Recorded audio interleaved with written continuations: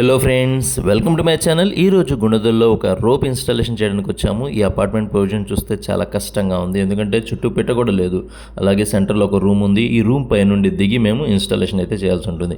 అపార్ట్మెంట్కి ఎక్కడ window provision కూడా లేదు. సామాన్లు ఏమైనా అందించాలన్నా కూడా, అంటే డ్రిల్లింగ్, అవుట్డోర్ యూనిట్ దింపాలన్నా, ఫ్లేరింగ్ సామాన్లు అందించాలన్నా ఇవి ప్రతిదీ పైనుండి దింపాల్సి ఉంటుంది. సో కస్టమర్తో మాట్లాడుకొని పైనుండి కింద పైప్ లైన్ లాగి అవుట్డోర్ కింద పెట్టడానికి ఒప్పుకున్నారు. సో ముందుగా స్టంప్లైట్ ఫిక్స్ చేసేందుకు కోర్ కటింగ్ హోల్ వేసాము. స్వచ్ఛ భారత్ పథకం కింద రూమ్ని అలాగే ఇండోర్ అండ్ అవుట్డోర్ని సర్వీసింగ్ చేసి పక్కన పెట్టాము. అవుట్డోర్ స్టాండ్ ఫిక్స్ చేసాము, దాని మీదకి యూనిట్ని కూడా ఎక్కించేసాము.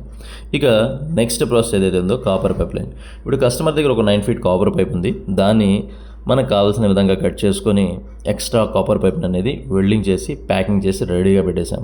ఇప్పుడు ఈ అపార్ట్మెంట్ పైనుండి కింద దాకా తాడు మీద దిగి పైప్ లైన్ నీట్గా లాగి ఇన్స్టాలేషన్ చేయాలి. ఆ ప్రాసెస్ స్టార్ట్ చేయబోతున్నాం. రిస్క్ లేకుండా రోప్ వర్క్ని స్టార్ట్ చేసే పద్ధతిలో తాడుని పైనుండి కింద దాకా దింపేశాము. ఇక సేఫ్టీ బెల్ట్ వేసుకొని ఎవరి సహాయం లేకుండా సెల్ఫ్గా తాడుని కిందకి దింపుకుంటూ టెక్నీషియన్ని ఇన్స్టాలేషన్ చేసే విధంగా ఈ డిజైన్ అనేది చేసుకున్నాం అనమాట. సో దాని మీద దిగి ఇప్పుడు మనం వర్క్ స్టార్ట్ చేయడమే.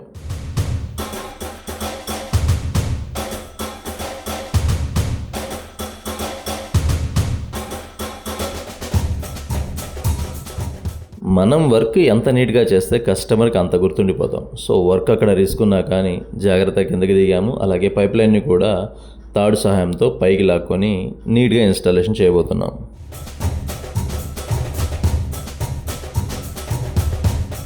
ఈ ఎండవేడి మామూలుగా లేదు, డైరెక్ట్గా మా మీదకే పడుతుంది. అందుకనే వర్క్ తొందరగా ఫినిష్ చేసేయాలని వ్యాక్యూమ్ అయితే స్టార్ట్ చేసాము. అలాగే అపార్ట్మెంట్ ప్రొవిజన్ ఏ విధంగా ఇచ్చారో డ్రైన్ పైప్ని ఒక పీవీసీ పైప్తో డ్రైన్ సెట్టింగ్ వేసాము. ఇక్కడ మేము ఫ్లెక్సిబుల్ పైప్ అస్సలు వాడడం, ఎందుకంటే అది తొందరగా పాడైపోతుంది, ముక్కలు కింద ఇరిగిపోతుంది, ఎండకి వేడికి పనిచేయవు. సో మనం పైనుండి కింద దాకా ఏదైతే కాపర్ పైప్ను లాగామో అది గాల్లో అటు ఇటు కదలకుండా ఉండాలి. తర్వాత ఫ్యూచర్లో ప్రాబ్లం రాకుండా ఉండాలంటే దిగి వాటిని నీట్గా క్లాంపింగ్ కొట్టుకుంటూ కింద దాకా దిగిపోయాం.